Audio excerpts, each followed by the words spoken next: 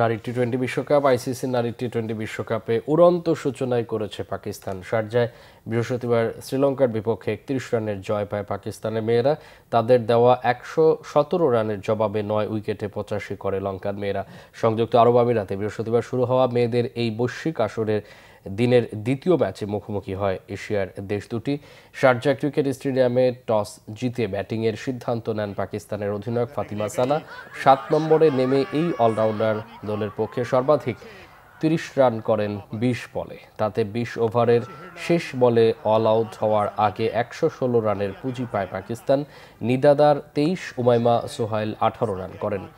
শ্রীলঙ্কার উদেসিকা প্রবোধানী, সুগান্ধিকা কুমারী ও চামারি আতাপাত্তু ৩টি করে উইকেট নেন। জবাবে পাকিস্তানি বোলারদের নিয়ন্ত্রিত বোলিংয়ের মুখে ৯ উইকেটে ৮৫ রানে শেষ হয় লঙ্কান ব্যাটারদের প্রতিরোধ।